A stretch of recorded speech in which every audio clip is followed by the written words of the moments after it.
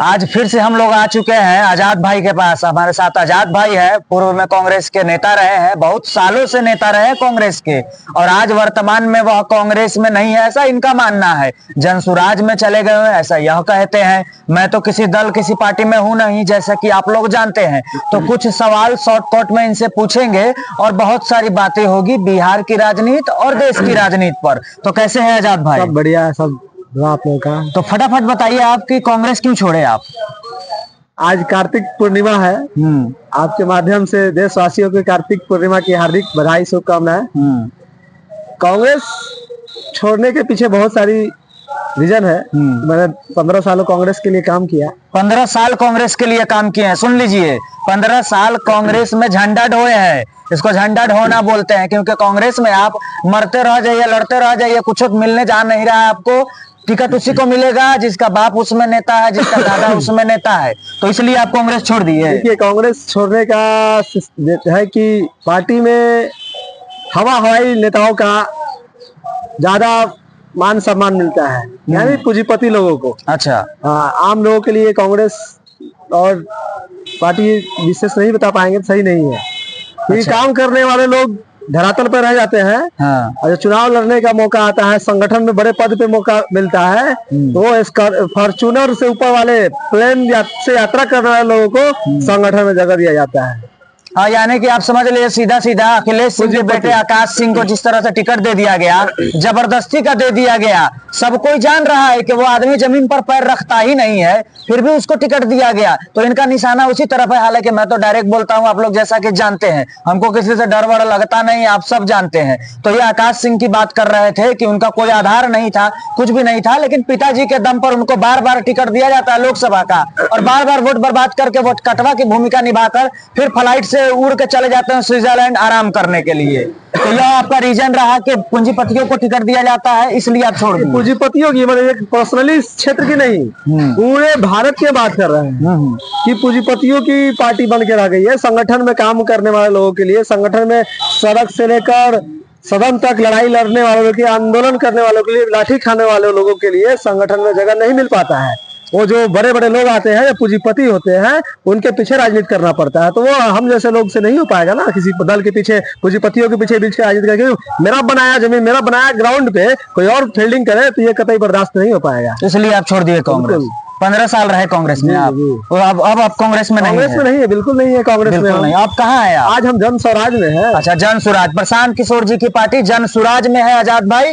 अब कांग्रेस में यह नहीं है। कांग्रेस में 15 साल रहने के बाद इनको कुछ नहीं मिला, इस वजह से यह पार्टी को छोड़कर जन सुराज में शामिल हो गए। 4 विधानसभा की सीट पर उपचुनाव हो रहा है बिहार में। मेरा जो अपना मानना था वो मैं दर्शकों को बता चुका हूं। आप बताइए, आपको क्या लगता है कि जन सुराज जो 4 विधानसभा की सीट पर लड़ रही है, क्या नतीजे आने वाले हैं? अरे जन स्वराज 4 विधानसभा की सीट पे लड़ रही है, तो कहीं ना कहीं बिहार में तो खलबली मचा हुआ है ना। खलबली मचा हुआ है कि मचा हुआ खलबली। आखिर प्रशांत किशोर करना क्या चाहते हैं भैया? तो विधायक का बेटा विधायक नहीं बनेगा, मंत्री का बेटा मंत्री नहीं बनेगा, मुख्यमंत्री का बेटा मुख्यमंत्री नहीं बनेगा। यानी प्रशांत किशोर जी का है कि आम लोग को हम विधायक और नेता बनाएंगे। अच्छा, तो बिल्कुल खलबली है ना भैया। सारे समीकरण पे धावा बोल चुके हैं प्रशांत किशोर। हाँ, तो आपका क्या मानना है कि 4 विधानसभा में जो उपचुनाव हो रहा है, इनमें 4 में जीत रहे हैं, हार रहे हैं, क्या मानना है? भाई, लड़ाई तो कांटे की टक्कर की लड़ाई है। अच्छा। इसमें कुछ नहीं कहा जा सकता है कौन जीतेगा कौन हारेगा, लेकिन प्रशांत जी के आने के बाद बिहार की राजनीति में निश्चित रूप से इस उपचुनाव में कुछ ना कुछ बदलाव होगा, और प्रशांत जी का यहाँ उपचुनाव में शुरुआत और ये चुनावी आगाज हो चुका है और होगा। अच्छा, आपका ये मानना है कि चुनावी आगाज हो रहा है, यानी अच्छा प्रदर्शन होगा। जीतेगा नहीं जीतेगा ये रिजल्ट बताएगा ना। लेकिन मैं आपको बताता हूं, मेरा अपना जो मानना था कि 3 विधानसभा के सीट पर जन सुराज जीत रही है। 3 विधानसभा का सीट जन सुराज जीत लेगा, और 1 सीट जो है या तो वो एनडीए अलायंस के खाते में जा सकता है या इंडिया अलायंस के खाते में जा सकता है, ऐसा मेरा मानना है। मैं जन सुराज में नहीं हूं, मैं पहले बता चुका हूं, मुझे कोई लेना देना नहीं है। तत्काल तो जब जन सुराज पदयात्रा था तब मैं प्रशांत किशोर जी से मिला भी था और उनके साथ पद यात्रा में चला भी था। लेकिन जब से पार्टी बनी है तब से तत्काल तो मैं अभी पार्टी के अंदर में नहीं जुड़ा हुआ हूं। तो मैं अपना जो व्यक्तिगत मानना था वो मैं आप लोगों को बता चुका हूं कि जनसुराज 3 सीट जीत रही है, बाकी लोग अंधे मुंह गिरने वाले हैं। तो ये तो हो गया खैर बिहार विधानसभा में जो उपचुनाव हो रहे हैं इनकी बात। अब रहा सवाल रांची में, झारखंड में विधानसभा का चुनाव हो रहा है और महाराष्ट्र में विधानसभा का चुनाव हो रहा है। जैसा कि हम लोगों ने बिहार का बात तो कर लिया, देश का बात भी करना जरूरी है। तो झारखंड में जो विधानसभा का चुनाव हो रहा है और महाराष्ट्र में जो विधानसभा का चुनाव हो रहा है, तो झारखंड में बताइए क्या स्थिति रहने वाली है इंडिया अलायंस की। जो महागठबंधन जिसको इंडिया अलायंस बोलते हैं, जिसमें कांग्रेस आरजेडी सब लड़ रही है, क्या स्थिति रहने वाली है झारखंड में? देखिए झारखंड में और महाराष्ट्र के, क्योंकि मुझे तो पहले कि नेशनल लेवल के पॉलिटिक्स तो करना नहीं है मुझे, मैं क्षेत्रीय लेवल पे पॉलिटिक्स कर रहा है। तो वहाँ गठबंधन की लड़ाई है।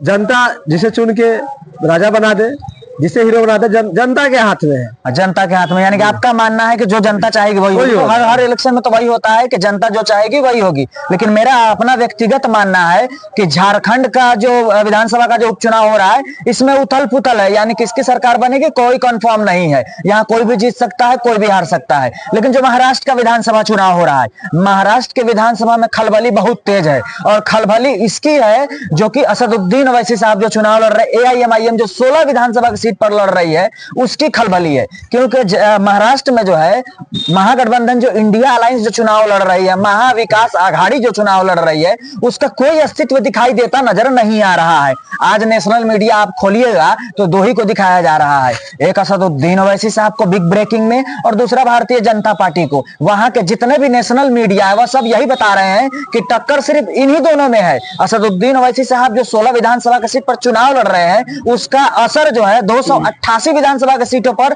पड़ रहा है। तो आपका क्या मानना है वहां AIMIM की भूमिका में और भारतीय जनता पार्टी की भूमिका में? क्योंकि इंडिया अलायंस का भूमिका नजर नहीं आ रहा है, वहां कमजोर स्थिति में लग रही है इंडिया अलायंस महाराष्ट्र के विधानसभा चुनाव में। देखिए इंडिया अलायंस कमजोर स्थिति में है तो कहीं ना कहीं अपने कार्यकर्ताओं को, अपने नेताओं को दरकिरार करने की वजह से वो कमजोर स्थिति में है। अच्छा, यानी अपने नेताओं पर ध्यान नहीं देती है इंडिया अलायंस के नेता लोग। जैसे इंडिया अलायंस में सबसे बड़ी पार्टी तो कांग्रेस ही है, कांग्रेस महाराष्ट्र में चुनाव लड़ रही है, लोकसभा में थोड़ा बहुत अच्छा प्रदर्शन रहा, लेकिन विधानसभा में उल्टे मुंह गिरने वाली कांग्रेस और जितने भी जो बाकी उनके सहयोगी जो दल चुनाव लड़ रहे हैं, इनका भी बुरा हाल होने वाला है। इसलिए होने वाला है क्योंकि यह लोग टिकट ही गलत लोगों को देते हैं, जो लोग जमीन पर मेहनत नहीं करते हैं। जैसे कि भाई साहब बता रहे हैं 15 साल से कांग्रेस में थे और आज तक इनको एक भी पद नहीं मिला। तो आप समझ लीजिए कि ऐसा लोग अगर कांग्रेस में रहने के बाद भी, सब कुछ दांव पर लगाने के बाद भी कुछ नहीं मिलता है तो क्यों रहेगा कोई कांग्रेस में? इसी तरह का हाल पूरे देश में है। आप समझिए जहां भी कांग्रेस हो या जो भी सेकुलर पार्टी हो, सबका एक जैसा हाल है। जिनका पिताजी नेता है वह उनका ही बेटा नेता बनता है। सही है ना? बिल्कुल सही है भाई। हाँ, समझ लीजिए आप, जिनका पिताजी नेता है उसी के बेटा को टिकट मिलता है। और इसी वजह से महाराष्ट्र विधानसभा के चुनाव में आप देखते होइएगा AIMIM पूरे जोर से लड़ रही है और सिर्फ 16 विधानसभा की सीट पर लड़ रही है और माना भी यही जा रहा है कि 16 का 16 जीत सकती है। और अगर ऐसा होता है तो किंग मेकर की भूमिका में असदुद्दीन ओवैसी साहब की पार्टी रहेगी, AIMIM रहेगी। अब देखने वाली बात तो यही होगी कि गिनती होता है तो क्या नतीजे आते हैं। लेकिन मेरा अपना मानना है कि AIMIM किंग मेकर की भूमिका में रहेगी। आखिर इंडिया अलायंस इतनी पिछड़ कैसे गई महाराष्ट्र के विधानसभा चुनाव में? अरे महाराष्ट्र के विधानसभा चुनाव में चुनाव आता है तो संगठन याद आता है, चुनाव आता है तो नेता याद आता है, चुनाव आता है तो बूथ स्तर का कार्यकर्ता याद आता है। तो भैया संगठन बनाने के लिए आपको कंटिन्यू लगा रहना पड़ेगा। आज भाजपा का पॉलिसी क्या है कि अपने बूथ स्तर के कार्यकर्ताओं को मजबूत करके रखता है। चुनाव हो या नहीं हो, छोटे मोटे कार्यक्रम से लेके बड़े बड़े कार्यक्रम तक उसके हर एक कार्यकर्ता चुनाव के सीजन में नहीं और ऐसे भी वो एक्टिव रहते हैं। तो ऑटोमेटिक है कि कार्यकर्ता एक्टिव रहेगा तो चुनाव तो उसी पार्टी ही जीतेगी ना।